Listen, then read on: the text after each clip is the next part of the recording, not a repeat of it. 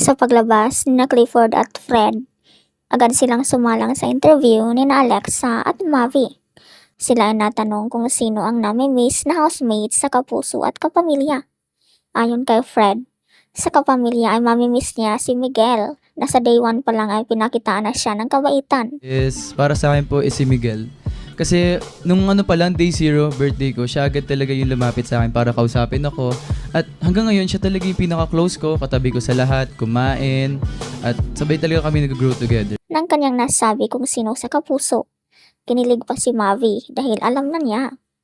Nagbiro naman si Alexa na hindi nila expected kung sino ang na-miss niya sa kapuso housemates. Nakakagulat yun, hindi naman in-expect. Plot twist yun Para din kay Clifford ay si Miguel at sa kapuso naman ay si Heath. Sa kapamilya, si Miguel din. Kasi si Miguel talagang favorite naming bunot everyday. Pag may pambato sa sayawan, si Miguel talaga. Tapos ang cute ng galaw ni Miguel. Kaya Ginawa mamiss niyo ko yung naman siyang toy. Oo. Tapos sa kapuso naman si Heath.